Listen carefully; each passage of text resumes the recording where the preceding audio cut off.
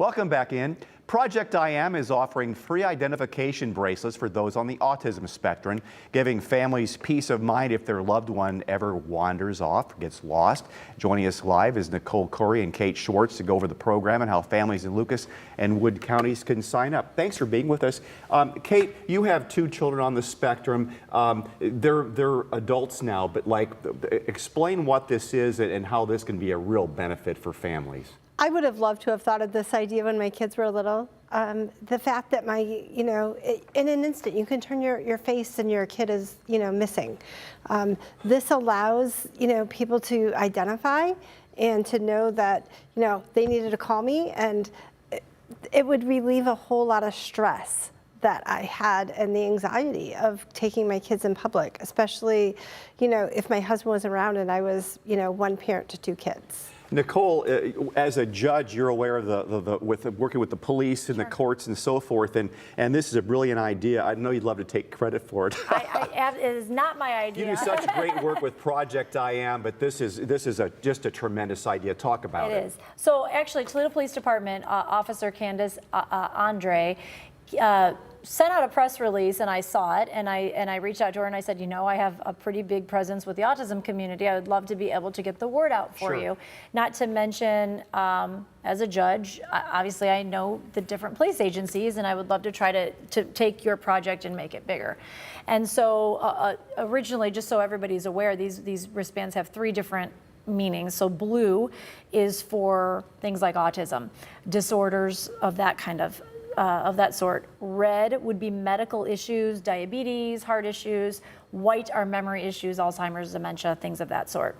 So when I saw that we had something specifically for autism, I said, well, Project iAm will take care of the cost of the autism wristbands for the people in our community.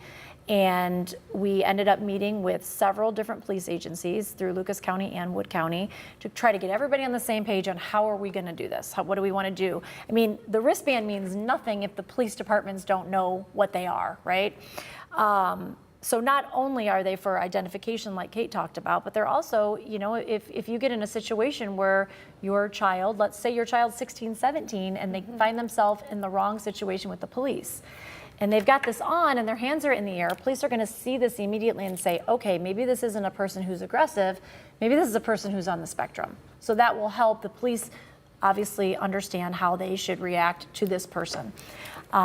So we had a meeting with all kinds of different police agencies in the county, and we got on the same page to how we were going to do this and make sure that we were able to have a database where they could see if their phone number and the mom's name or dad's name and the kid's name on here, they can't get a hold of mom. We have a database that they can go to then to say, okay, here's email, here's home address. Let's see how we can get in touch with these people to. Yeah, isn't this a great idea? I mean, don't you? It's amazing. You hope this takes off here in Lucas and Wood counties. Absolutely. The amount of stress that, parents go through on a daily basis, this is just one piece that can relieve some of that pressure. And as the numbers continue to grow, our population is going to continue to grow. So if we can help parents today and let the kids get used to having that on, get used to showing other people their bracelet and make it kind of something really cool, I think that will help because, as my kids are older, my son wouldn't be a good candidate for it because he would not be a happy camper with it. But if we would have started it when he was younger, we would have had a greter chance of success.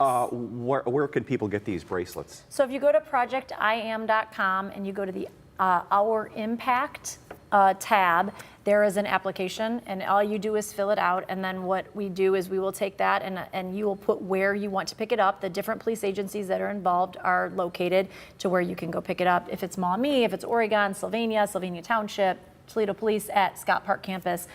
And then we will assign you to that police department, and then from that point you'll get an email from us with all of the instructions, and then when you go to pick it up, they'll fill it out for you right there. We have So- about 30 seconds left. Yeah. Acoustics for Autism, the date is the first. March 1st this March year. 1st. And Right around this the is corner. you got a deadline coming up on Friday. Friday will be the last day for applications if you want to submit a band application to be considered for the bands. And usually you have like 25, 30 bands. It's over this year, it'll be over 100 bands, and we're adding a 9th stage. Just because we're a little great. crazy. That's so. great. Kate, Nicole, thanks so much for Thank being you for here having today. us. Thank you, Miss.